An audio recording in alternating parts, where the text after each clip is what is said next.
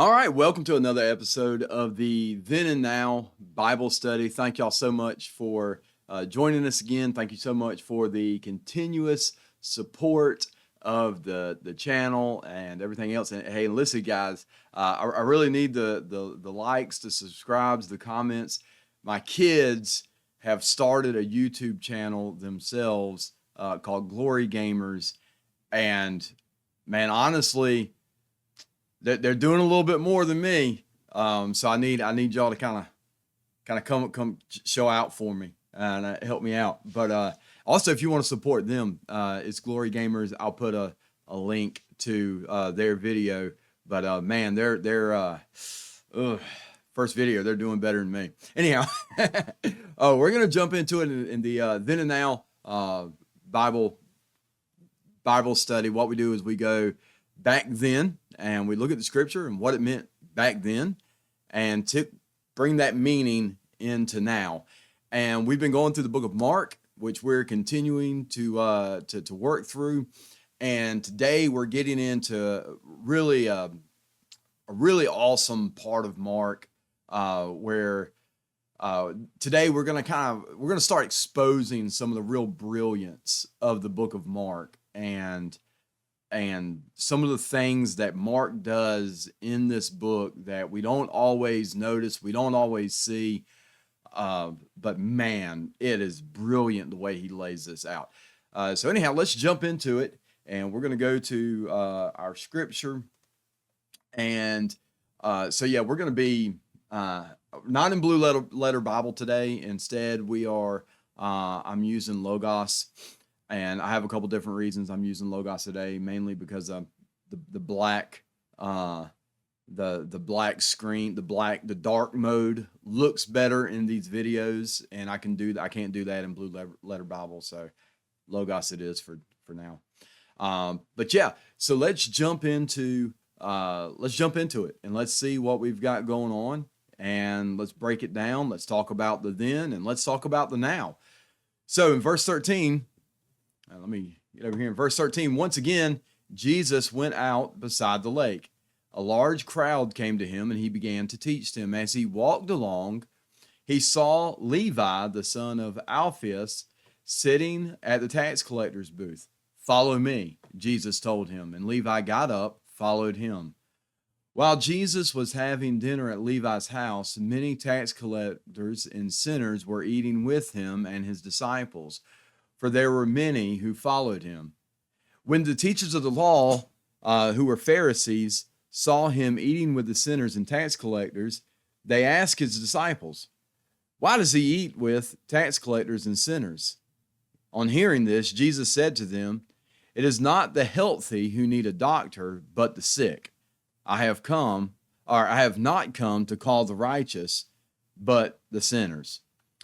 All right, so really awesome passage. If you follow The Chosen, they've got a really interesting way that they portray this. Levi's character's pretty interesting on The Chosen. But yeah, a lot to unpack here, a lot to talk about. So Jesus he goes back out kind of to the wilderness. He's walking along the banks of the Sea of Galilee, the Lake of Galilee, and crowds are following him, and he's walking along, and as he's walking along, he's teaching them, and he comes to a tax collector's booth, a guy named Levi. From his name, we can tell Levi is from the tribe of Levi, so he is in the priestly line, but he has chosen a profession that's going to cause him to be a total outcast in Judah, in Israel. And he basically, the way the Roman Empire works is that they, instead of coming in and having their own Roman tax collectors, they use people that are from the same culture, that understands the culture, to be tax collectors for them. And that way they know, a Roman from Rome might be able to talk to a Galilean fisherman, and that fisherman be like, "Oh yeah, I mean, we only made we only made, 6 denarii on this catch, and could get one over on a Roman tax collector. But when you bring a tax collector in from the culture, you're not going to be able to get one over on them. They know what you're making from this catch. And so that's one of the reasons the Romans did this. Well, what the Romans would say is like, you collect our taxes, and then whatever you want to take off the top, that's your cut. And so they absolutely gouged their fellow Israelites, their neighbors. And so they were not popular at all, as you can imagine. And what's interesting is this guy is in a tax collector's booth outside of Capernaum on the Sea of Galilee. So it is likely that this is the guy who the rest of his disciples thus far paid their taxes to. This is the guy who has been ripping off the rest of his disciples. And so, going back to The Chosen, when you see that drama, you start seeing that rub, between these characters. That was probably a thing. The disciples likely did not like the fact that they called Levi to be a disciple. And I'm sure it shocked everybody. This is like one of those things that just mouths hang open, like, him? That guy? But it's the way Jesus works. And so now Jesus double downs on it. It says that Levi immediately gets up and follows him. The shadow of what we see here is the calling of Elisha, where Elijah comes to Elisha and says, hey, I want you to be my predecessor. And Elisha, he's plowing the field. He's in the middle of plowing the field, and he stops plowing the field. He slaughters his oxen, and he takes the plow that he's using and uses it for wood for an altar, and just completely walks away from his life, of his wealthy life, to become a prophet of God. And so we see kind of a shadow of that here with Levi, leaving a very luxurious life where he is very well off. He is not the blue collar disciple like the rest of the disciples. He's rich. He's wealthy. He leaves that behind to follow Jesus, and a very interesting thing. And so then we go that in verse 15, while Jesus was having dinner at Levi's house, many tax collectors and sinners were eating with him and his disciples, for there were many who followed him. And so now Jesus goes to this one tax collector and says, hey, I want you to be my disciple. I will accept you if you will follow me. And upon doing that, that spread amongst the rest of these tax collectors and sinners, the ones who were outcasts, who were socially outcast because of their lifestyle. They see, hey, here's an opportunity for forgiveness. Here's an opportunity that this Jesus is going to look past what we've done, forgive us of these things, and through him we can be right with God. Now, it doesn't say that Levi continued in his sin, but Jesus met him where he was at, met him in his sin, and changed him. And that's such an important thing. And so in verse 16, we see the teachers of the law, who were Pharisees, saw him eating with the sinners and tax collectors, and they asked his disciples, why does he eat with sinners and tax collectors? Like, that's not what a good, righteous man would do, because in that day, when you eat with somebody, you are saying, I accept you. I will see you right where you are, and I will meet you where you are. And these were people that a good, righteous person in Jewish eyes would have rejected. They would have said, no, they're not worthy to have dinner with. We don't accept them. We turn our nose up at them. We don't allow them around us. We don't allow They are not good company to be kept. They're not allowed in the synagogue. They are social outcasts. So why is your teacher having dinner with them? Doesn't he know what they do?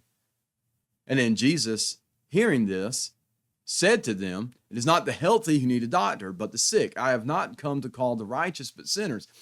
And so this is another thing that we have to understand. It is not that Jesus goes, I accept you just the way you are, and you're going to stay that way. No, he says they're sick.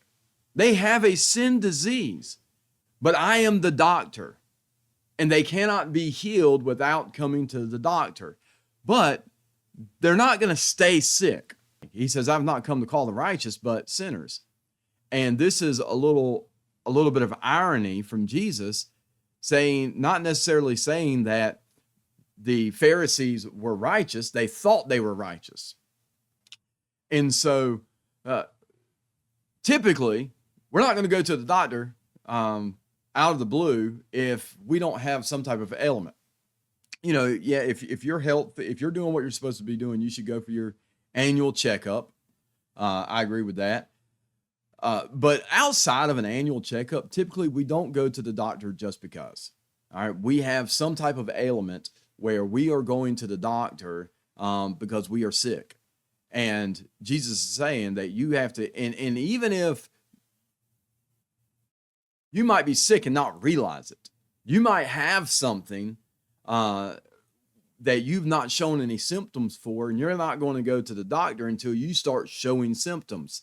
And so it's not that you guys are righteous and don't need me, it's that you don't see the symptoms of your sin and you don't think you need a doctor. So I've come for the ones that know they're sick. I've come for the ones that know they are sinners. And man, this is the first hurdle to coming to Christ is self-justification. And this is, as we are witnessing to people, that's one of the first things we've got to overcome. We've got to overcome the desire that people have to say, oh, I'm a good person. All right, well then you're not where you need to be. You need to understand you're a sinner. You need to understand that you have sinned and rebelled against the righteousness of God. That is where these tax collectors were. That is where Levi was. He fully recognized who he was and that he was a sinner. He was sick and he needed a doctor. He needed the one that could make him whole. Now I want to shift gears a little bit, and I want to really talk about the brilliance of the book of Mark and some of the things that Mark does, and he's going to continue doing from this point on in this letter or in this script, or however we want to look at it, that is really, really awesome. And it's things that we typically don't catch. And these are the things I really want to point out. I really want you to catch what Mark's doing here and how he's doing it. Mark is not in chronological order. Okay, that is the first thing that we have to understand. Mark did not write this in chronological order. He wrote this. Everything is in a certain place to drive a certain point. So let's look at some of what we're talking about here. We're going to go up a little bit, and so we start off here with the man that has leprosy. All right, so Jesus is out in the wilderness. And this man comes up to him who is an outcast. He's an outcast because he has a disease. All right? So he has a disease that makes him a social outcast. And he says, if you are willing, you can make me clean. And Jesus reached out his hand and touched the man. He says, I'm willing. And then also, we're going to come back to this Jesus was, I'm trying to point to my screen like y'all can see that. Jesus was indignant, okay?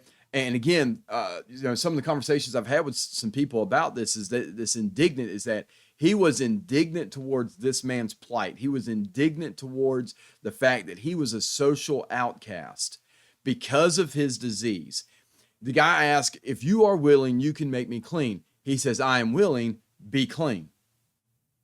All right. So we see here Jesus going to a social outcast, because of his disease and making him clean. The next one, Jesus forgives a paralyzed man. Here, we saw the physical disease that made a person unclean. Now we see sins. Jesus going and dealing directly with a person's sins. Your sins are forgiven. So he's dealt with a physical disease. Now he's dealing with a person's sins and establishing that Jesus does have the authority to forgive sins, because if he can tell somebody to get up and walk, he can also forgive their sins. Now we come with this. These are those two events build up to this event.